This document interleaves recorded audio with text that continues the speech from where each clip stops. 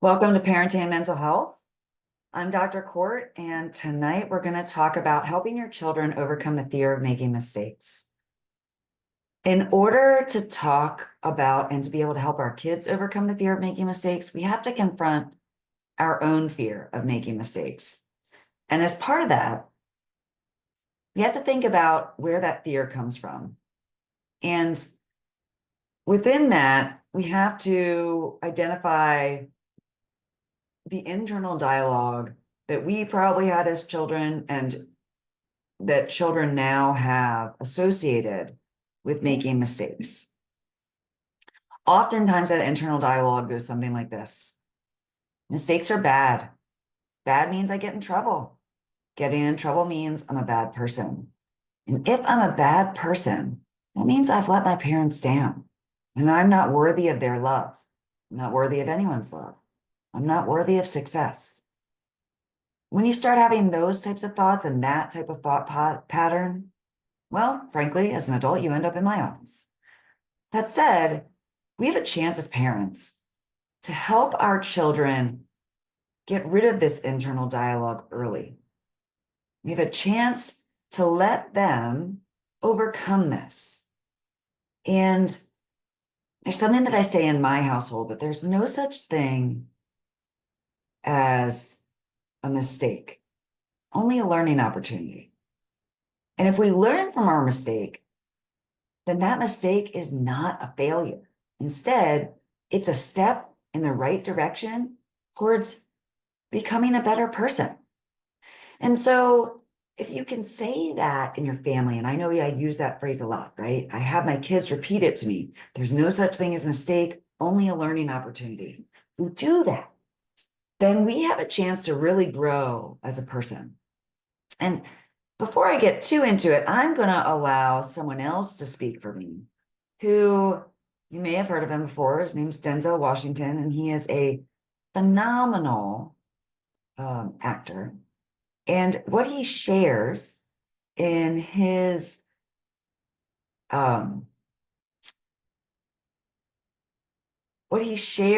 this video, a commencement speech at the University of Pennsylvania, is he shares about his experience with failure and what he hopes these graduates take his advice related to it. And it's very similar to helping learn how to not fear mistakes. So I'm gonna let him talk for a little bit. And in that, then we'll talk a little bit about what he had to say. So I hope you enjoy Denzel's point of view about failing forward or falling forward. Even though I was afraid I might make a fool of myself. In fact, if you really want to know the truth, I had to come exactly because I might make a fool of myself. Now, what am I talking about? Here it is. I found that nothing in life is worthwhile unless you take risks. Nothing. Nelson Mandela said, "There is no passion to be found playing small and settling for a life that's less than the one you're capable of living." Now, I'm sure in your experiences in school and applying to college and picking your major and deciding what you want to do with life, I'm sure people have told you to make sure you have something to fall back on. Make sure you got something to fall back on, honey. But I never understood that concept, having something to fall back on. If I'm going to fall, I don't want to fall back on anything except my faith. I want to fall forward. I figure at least this way I'll see what I'm going to hit. Fall forward. This is what I mean. Reggie Jackson struck out 2,600 times in his career, the most in the history of baseball. But you don't hear about the strikeouts. People remember the home runs. Fall forward. Thomas Edison conducted 1,000 failed experiments. Did you know that? I didn't know that. Because the 1,001st was the light bulb. Fall forward. Every failed experiment is one step closer to success. You've got to take risks, and I'm sure you've probably heard that before, but I want to talk to you about why that's so important. I got 3 reasons, and then you can pick up your iPhones. First, you will fail at some point in your life. Accept it. You will lose. You will embarrass yourself. You will suck at something. There's no doubt about it. And I know that's probably not a traditional message for a graduation ceremony, but hey, I'm telling you, embrace it because it's inevitable. And I should know.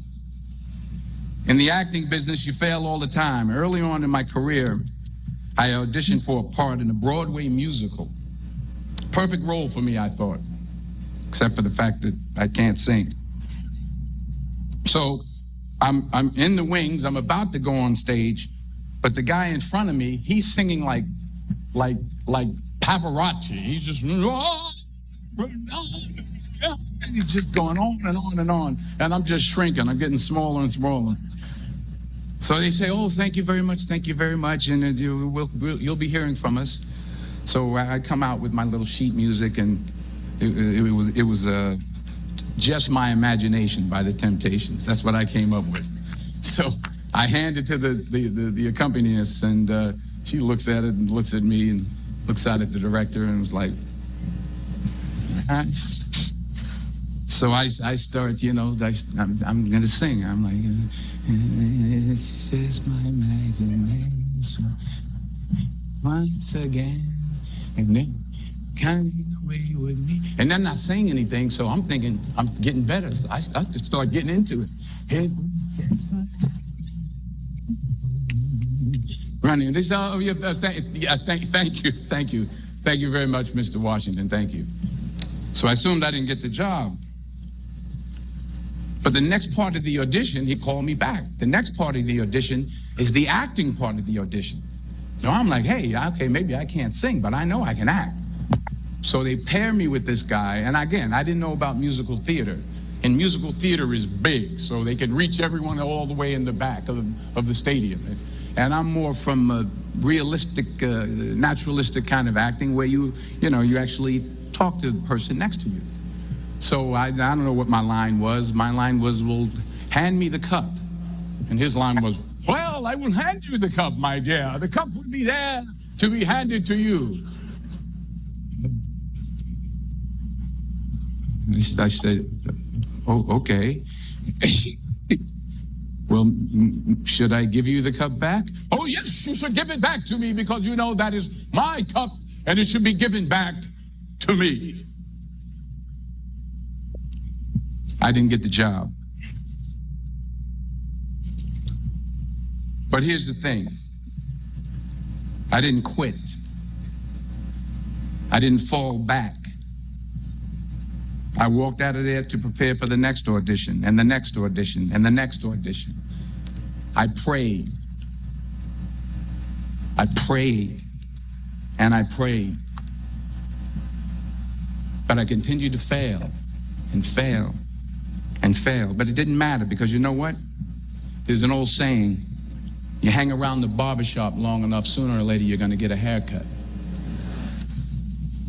So you will catch a break, and I did catch a break. Last year, I did a play called Fences on Broadway. Someone talked about it. Won the Tony Award. And I didn't have to sing, by the way. But here's the kicker. It was at the Court Theater. It was at the same theater that I failed that first audition 30 years prior. The point is, and I'll pick up the pace, the point is every graduate here today has the training and the talent to succeed. But do you have the guts to fail? Here's my second point about failure. If you don't fail, you're not even trying. I'll say it again. If you don't fail, you're not even trying. My wife told me this great expression. To get something you never had, you have to do something you never did. Les Brown's a motivational speaker. He made an analogy about this. He says, imagine you're on your deathbed and standing around your deathbed are the ghosts representing your unfulfilled potential, the ghost of the ideas you never acted on, the ghost of the talents you didn't use. And they're standing around your bed, angry, disappointed, and upset. They say, we came to you because you could have brought us to life, they say. And now we have to go to the grave together. So I ask you today,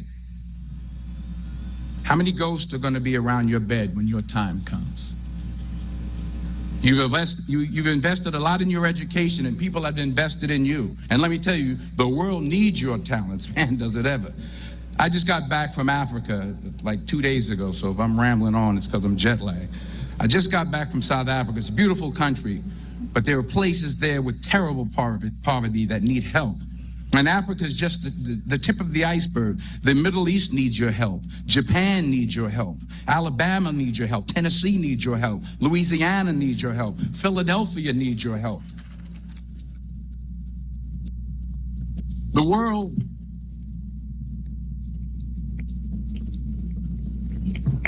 needs a lot, and we need it from you. We really do. We need it from you young people. I mean, I'm not speaking for the rest of us up here, but I know I'm getting a little grayer. We need it from you, the young people, because remember this. So you got to get out there. You got to give it everything you got, whether it's your time, your talent, your prayers, or your treasures. Because remember this, you will never see a U-Haul behind a hearse.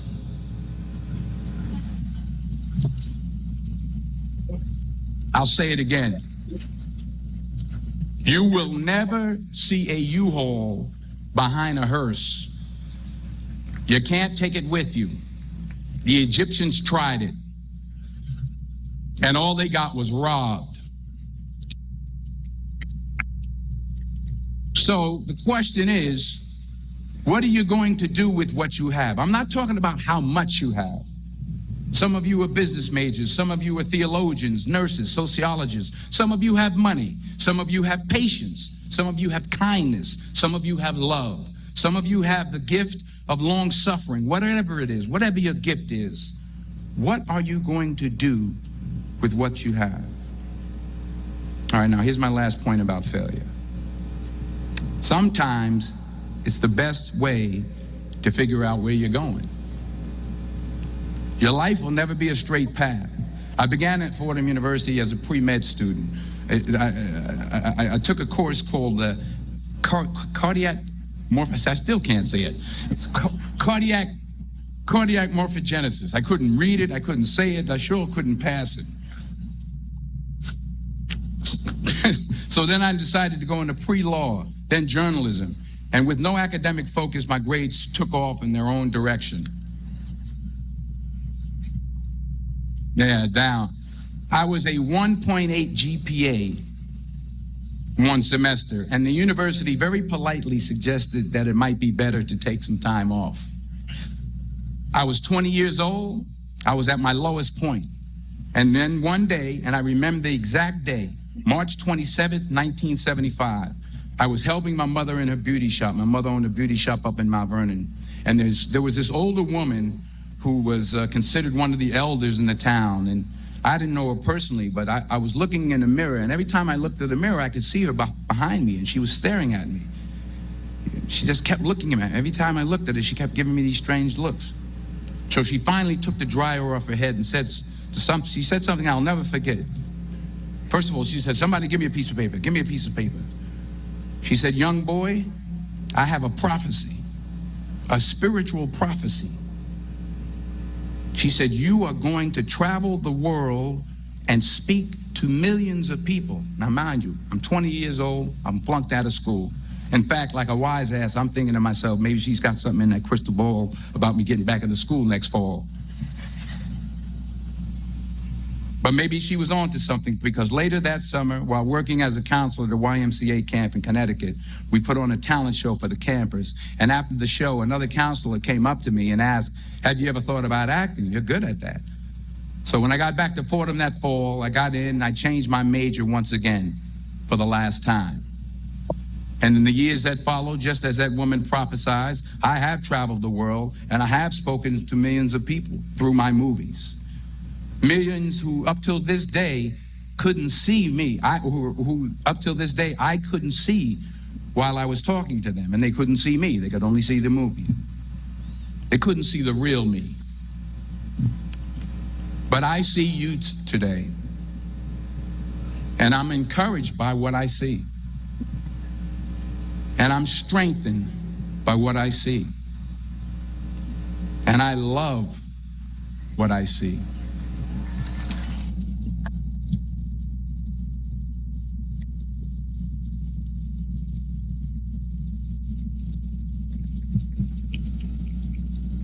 One more page, and I'll shut up.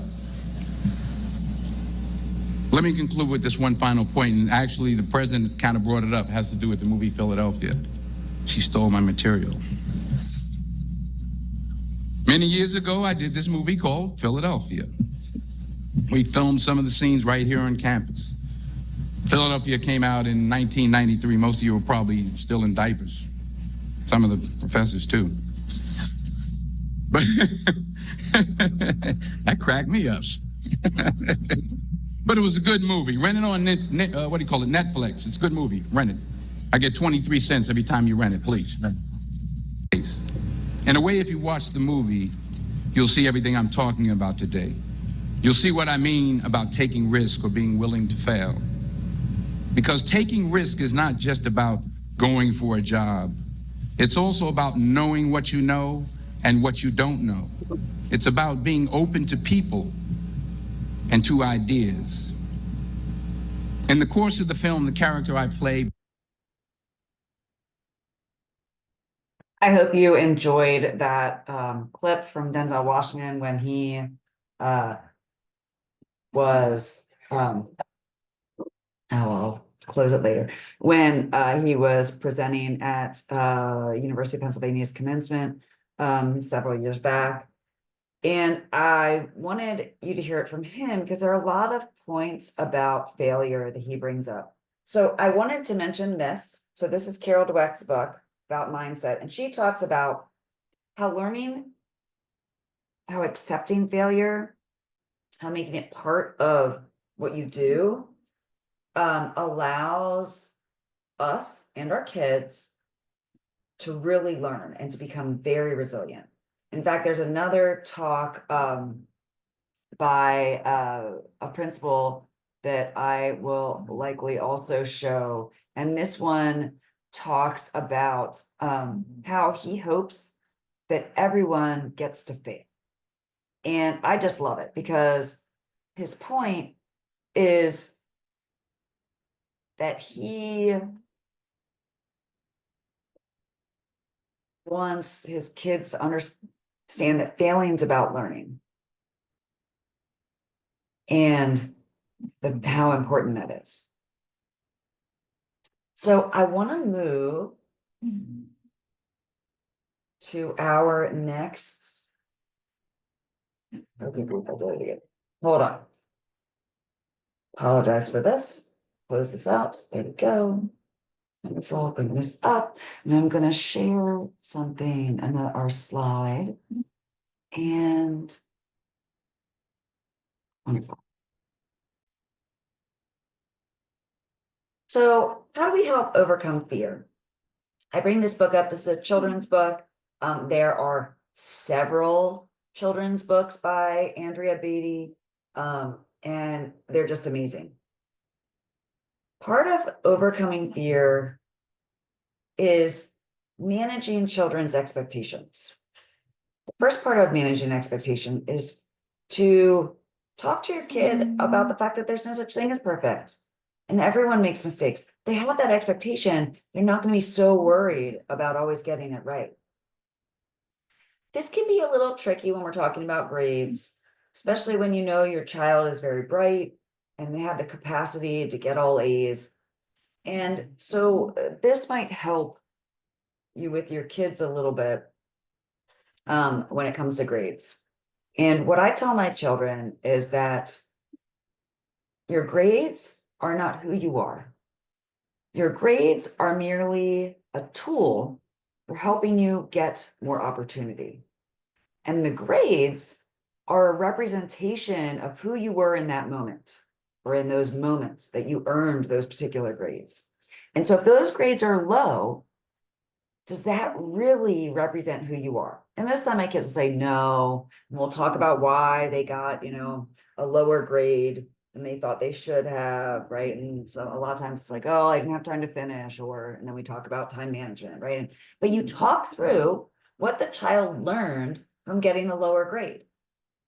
And this is something that as often as I could when I was teaching, and I've taught at all levels from graduate school all the way down to middle school, I always give my kids an opportunity to redo some assignments. So I'm sorry, teachers, for you cringing over there. It does take a lot of time. I didn't always offer it, but I offered it often because I realized when I got to redo an assignment, or when I got to correct my mistakes on a test, I learned the material better because I started to use different neural pathways. I wasn't just using the neural pathway that was associated with short-term memory. I was starting to make connections beyond that short-term memory. And that was when I got to keep the information. And that's what happens when we make mistakes. We try something, it's trial and error, or maybe we try and follow directions and also becomes trial and error, and we make a mistake. And part of the learning process is recognizing where we went wrong and what we need to do differently. And when we do that, then we learn it so much better.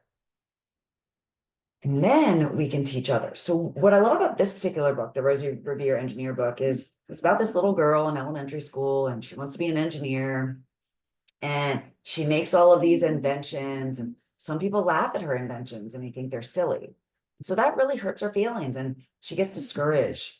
And then she makes this one invention, and her aunt sees her make it, and it's supposed to be some sort of like flying device, and it flies for a second, but then it crashes. She gets really upset, and she sees her aunt laughing at her, and she gets really, really down.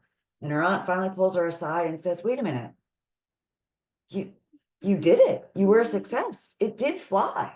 It just didn't keep flying, right? And so you got to try again." And so that's the whole point of the book. And there's a particular saying in there that talks about, you made a wonderful first step, right? And it was a wonderful mistake.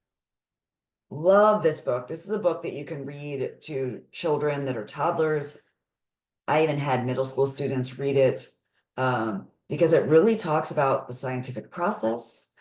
So for older kids, you can learn about scientific method and really dig in there. For younger kids, it talks about being, you work through being embarrassed about making a mistake and what that mistake meant and how Rosie got back up and did it again. So many lessons from this book is why I had to put it up here.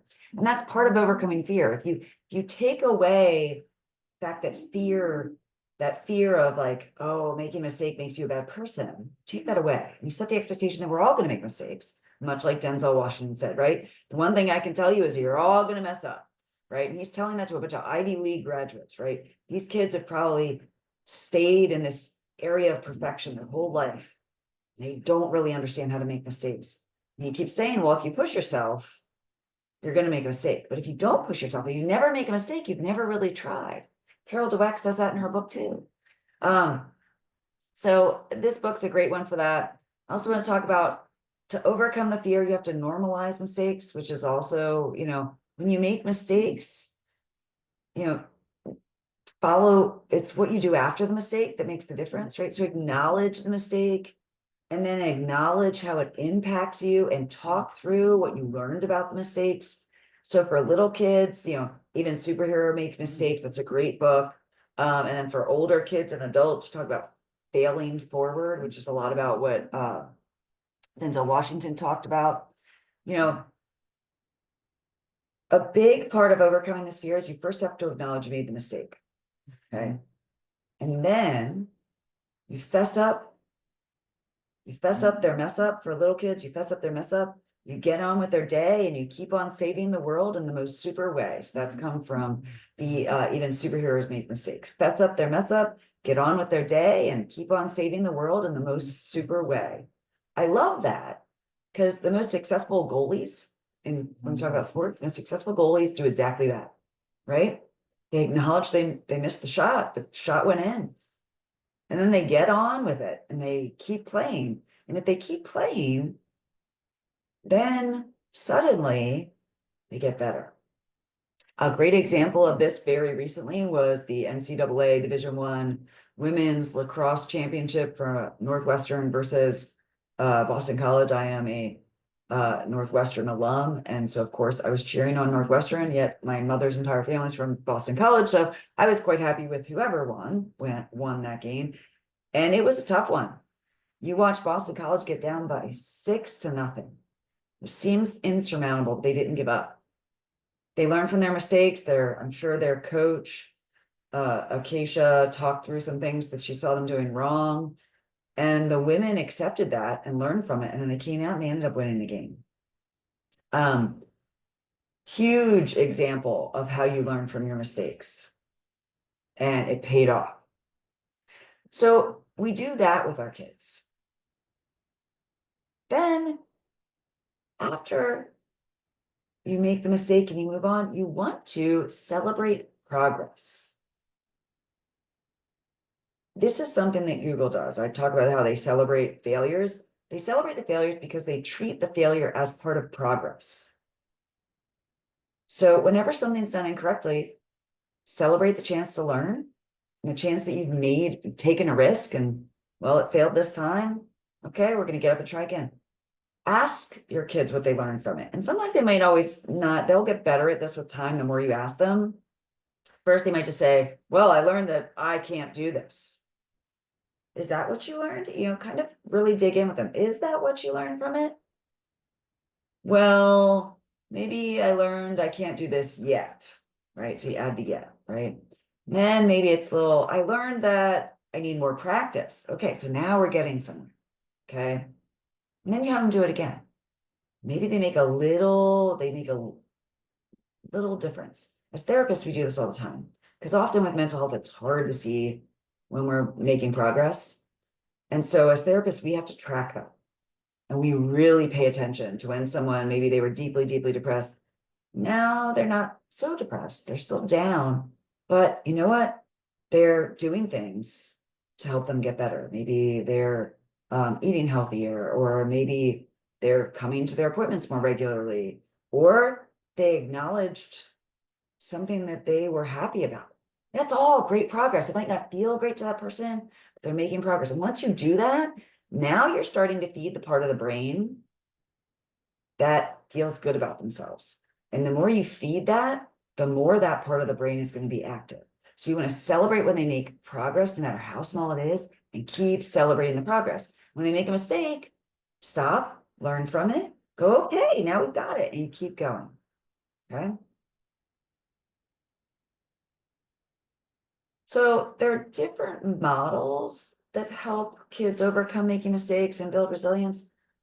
One talks about owning it, and that's part of that acknowledge that you made a mistake. Give kids a little bit of space to own it and to own it on their own time. Model the behavior you want to see. I talk about this a lot. Narrate the decision-making progress. So for yourself, you might talk through, maybe I'll use it myself as an example. I ended up yelling at my kids and I felt really badly about it.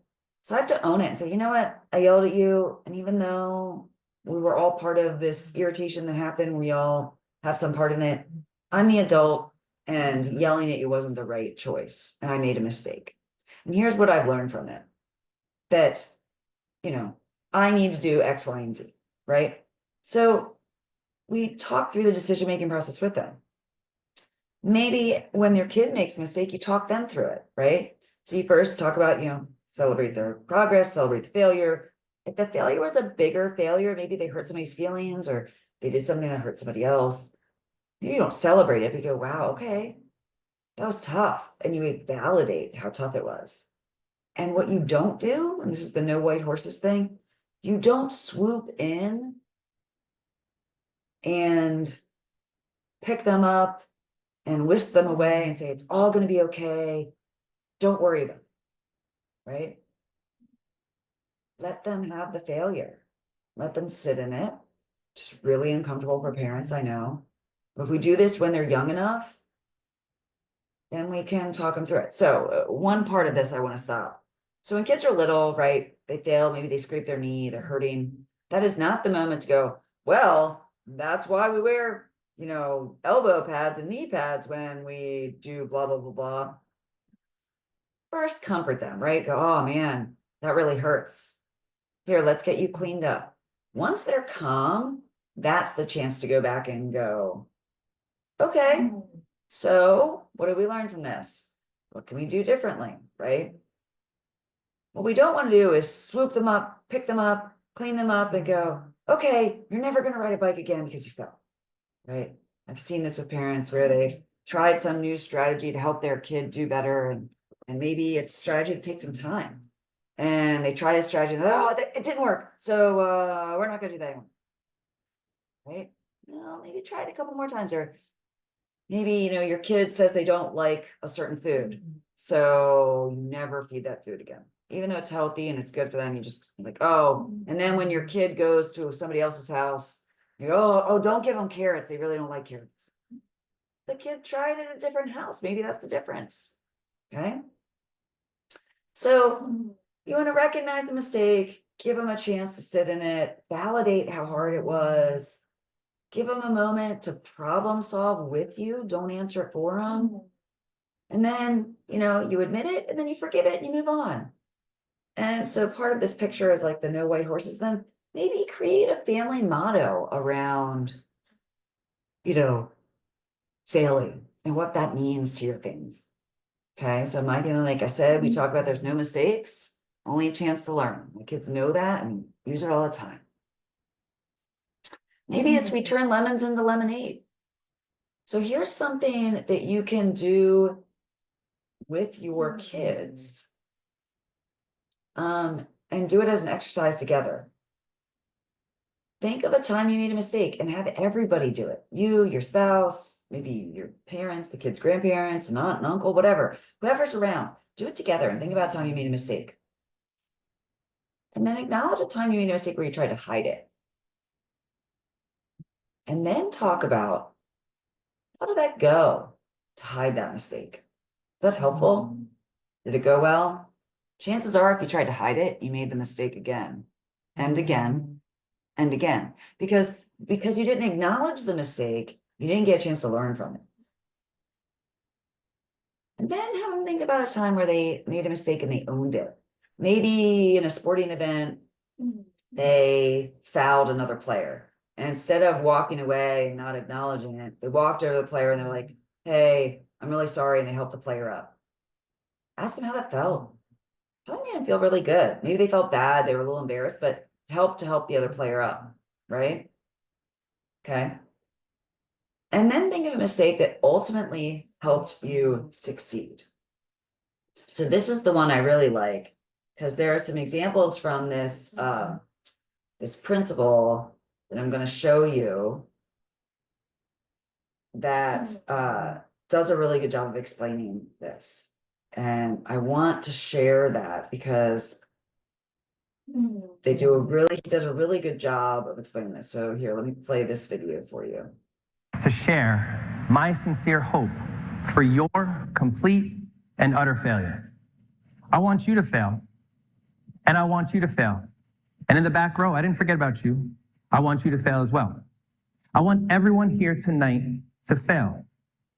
Now, as a dad and an elementary school principal, I wish for the same thing for all my kids. I not only hope that they fail, I encourage them to do so. And the reason for this is simple. I believe that the way society views failure to be totally and completely wrong. You see, most people, they view failure as final, as a conclusion, as a reflection of who and what they are. In a word, well, most people, they think failure sucks, but it's not their fault. We've had this drilled into our heads from our earliest days in school. And some of you might remember the time you came home from kindergarten without a sticker because you didn't master your ABCs. Or maybe it was an F that you got on a homework assignment, or possibly a below average score on a standardized test. Failure has been seen as frightening and, worst of all, defining. My position is these attitudes send a dangerous and destructive message that tells us that failure is bad and that we should avoid it at all costs. I'm here to tell you that message is wrong, and our views of failure are all wrong as well. After all, history is filled with famous failures. From the student whose teacher said was too stupid to learn anything, Thomas Edison, to the newspaper man who was fired by his editor because he lacked imagination and had no good ideas, Walt Disney. Or of course, this gentleman, perhaps the most famous failure of all, who was defeated when he ran for state legislature, failed at business, was defeated when he ran for Congress, and defeated twice when he ran for US Senate, but overcame all of that to change the world as our 16th president, Abraham Lincoln. Now, of course, not all failures can be this famous. I have failed many times in my life, and I bet if I asked each of you, you would have your own story to tell. The story I'll tell with you tonight comes from my own education. You see, I breezed through elementary and middle school, earning only A's and B's, always thought of as one of the smartest kids in my grade. And then I hit high school, and I can remember specifically Mr. Malone's calculus class, because that's when I earned my first C. And then the D's and the F's followed. I hadn't learned how to struggle with schoolwork or really anything at all. And so I started to pull away from an area where I had previously excelled. Now, I did finish high school, and I went on to Montclair State College in New Jersey. And then I promptly quit after 1 month. Sorry, Mom and Dad. Love you. I didn't want to be associated with something that made me feel worthless. It took 11 years of soul-searching, bad decisions, and lots of struggle before I earned my elementary education degree and ended up doing something that I'm passionate about each and every day. It took those years of failure to pave the way to my success. But I don't want our children to wait that long. Because these examples, the famous and the not so famous, they teach us that there's no reason to fear failure. It is not a character trait, it's an event. It's not an end, it's an opportunity to learn, explore, and improve. And most importantly, it's not the opposite of success, as most people believe. It is a key component of it. Being able to fight through, pick yourself up, and get yourself back on track, in and of itself, is success. And we must teach this to our children. In fact, I believe out of all the things we should be teaching in our schools right now, the most important thing of all is teaching our children how to fail. Showing them there's nothing wrong with failure. You know that famous phrase about death and taxes? That's all wrong. They're not the only certainties in life. Failure is also a certainty. Every single one of us will fail, but being able to accept it, learn from it, and move on is a life lesson that each of us must learn. And you're never too young to start. Therefore, encouraging and embracing failure is the single most important change that we need in education today. See, what happens in schools is previous failures, they add up to doom a student to fail again. Or even worse, to get it lodged in here, so that they're even afraid to try again tomorrow. And what a shame that is, at the lost opportunities because people felt labeled as failures. But just imagine if schools started teaching failure for what it really is, a stop along the road to success. A moment to pause, rethink, and reimagine. Or how about this one? An event exploding with opportunity to acquire knowledge, deepen understanding, and to emotionally and intellectually prepare for life. Do you like the sound of that one? It happens to be the definition of the word education. So what I'm saying to you tonight is that education and failure are synonymous. Now, if we accept that as true, schools have an unbelievable opportunity to not only change what happens within their own walls, but to spill out into society and affect change within all of us. So tonight, I am advocating for the express inclusion of failure into all schools' curriculum at each and every level. So what does that look like? I mean, it's not as if I'm asking my teachers to give a test on material they haven't covered yet. But there are ways we can intentionally provide experiences for our students to both know and grow from failure. Let me give you an example of a person who I think is on the right track. His name is Edward Berger. He's professor of mathematics at Williams College. And Professor Berger tells his students that if they want to earn an A, they must fail regularly, because he bases 5% of their final grade on the quality of their failure. They must disclose, accept, discuss, and reflect upon each failure. Now, I love this practice because it encourages creativity and risk-taking. And don't we need more of both of those in the world in which we live in today? This world is aching for innovators and innovations. And when I think along those lines, I think about some aspects of our world that wouldn't be here without some form of failure. Like the engineer at 3M was trying to create a super strong adhesive, but instead got just the opposite, an adhesive that barely stuck and could easily be lifted off. And Post-it notes were born. Or Alexander Fleming, who was working in his lab one night, and before he left, he forgot to properly clean the bacteria-filled Petri dishes. He left town and returned. He noticed there was mold that was blocking the growth of the bacteria, and thereby discovered penicillin. Or how about Wilson Greatbatch? He was trying to create a heart rhythm recording device, and he pulled the wrong part out of a box of equipment, and he plugged it in the circuit, and he noticed he had created a sound that was remarkably similar to a heartbeat, and the pacemaker was invented. Today, more than 500,000 pacemakers are implanted each and every year. Not bad for a mistake. Now, when I think along these lines, I wish I could snap my fingers and make the view of failure change in all of our minds just like that. But I know we have to start small. So let me give you an example from my school that I hope illustrates this approach. It was our first school-wide STEM day. And the boys and girls in this 4th grade class that I'll tell you about, they were trying to build a zip line that would drop a marble onto a target using a paper cup, paper clips, tape, and string. And I watched as the boys and girls built their contraptions. And after each miss, they would huddle together, make a change or two, and then try again. Now, when Sophia's group failed for the 4th time, she turned to me and said, "Mr. Peters, #the struggle is real." Now, I love that sentiment because it shows me that Sophie and her classmates were never at the end of a failed experiment. Rather, they were in the midst of ongoing struggle. They never felt defeated or demeaned because they couldn't hit their target. They were motivated and inspired to keep on going with the challenge. We need to be at the forefront of creating these types of opportunities for our students. The sooner they experience and learn from their own failures, the sooner we will have students and individuals capable of overcoming any obstacle in their way and handling any adversity that is thrown in front of them. Now, I wish I had a class. Okay, I hope you appreciate that one. One of my favorites. I have one more slide that I really would like to share with you. And first, I just want to make sure that we kind of go over what that principal said. And part of that was, you have to make failure part of a key component to success.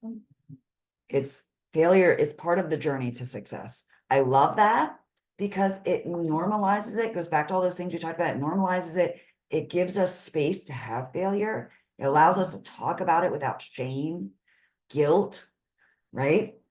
And it allows us to try again. Okay. So I love that this principal talked through this and gave so many great examples. And that's kind of the last thing that I want to point out. As a parent, you want to find role models and people that your kids can relate to that explain what failure did for them. So people like Albert Einstein, a man that was considered one of the smartest men to ever grace planet Earth, didn't even speak until he was 4 years old. And the teachers, thought he was slow, cognitively impaired. Okay. You heard the one from Walt Disney from our principal. Michael Jordan was, cut from the varsity basketball team, right? He didn't make the varsity basketball team at first. And he was extremely upset, but he didn't stop. And he went back and he tried harder, right? Steve Jobs and also so many other entrepreneurs were in this boat where, they dropped out of college. Even after he was a college dropout, he invented Apple. That started out as a failure, became a success. Then even after Apple was a huge success, at 30 years, he was asked to leave Apple, right? He was very unceremoniously by the board of directors told to be, was removed. Instead of doing that, he went and created Pixar, which is hugely successful, and then was asked to come back to Apple later, right? So, the Beatles, considered one of the greatest bands, was actually rejected. Oprah Winfrey was told she wasn't fit for TV, which is just crazy. All these things. The person that developed IBM the people that worked on developing the first personal computer, they were told, the mindset was told that no one would ever want a personal computer. Yet we all walk around with handheld cell phones that are personal computers, and we can't live without them, right? So many ways to express how failure is so important to us, and so many ways for us to share our own failures with our kids and talk through it in a calm place. There's one more little technique or trick that I want to share, and that's something I call the State of the Union, or it's a weekly family meeting. I've had other clients or patients tell me they use the Happiest and Crappiest. I love that one. But basically every week you always have a family meeting. You talk about what went well, what didn't go well, what the schedule is for the week, right? Pretty benign, pretty simple. But if you always have the meeting, then it doesn't become anxiety inducing when we sit down with our kids and we go, hey, we have to talk, right? Because you're already going to talk. You're going to talk about the week. So when you do that, you can do these lessons about failure. And when things didn't go well, that's a perfect opportunity to say, hey, what didn't go well this week? Well, I got a C on a test. Well, okay. What did you learn about that? Well, I didn't really study, or I didn't understand this material. Okay, well, did you ask us if we could help? No. Okay, well, let's try that next time, right? So it's not a place where you're meant to be like super judgy. It's just a place to work through the problem. And because you're having that meeting every week, you can kind of come into it very grounded. No one's got emotions high. You're not doing it, like I said, when the kid skins their knee, you're not going, oh, well, that's why we wear, knee pads and elbow pads. Man, you really screwed up, right? There's no judgment there, right? We've talked about how to communicate properly, saying the facts, and then be curious. So I hope you got something out of this. Hope this was helpful. I agree with that principle. I agree with Denzel Washington. We all need to fall forward. We need to learn from our mistakes. I've certainly made plenty in my life, and I'm always trying to learn from them. In fact, even in recording tonight's episode, I started this episode 3 times. Finally, the 3rd time, I was like, okay, this is going to be a good recording. I had to make a few corrections. So we all have a chance to be better. And if we can learn how to learn from our mistakes earlier and teach that to our kids are going to be so much more resilient. And hopefully they'll never end up in my office. Hope you had a good week. Be well, and I'll see you again.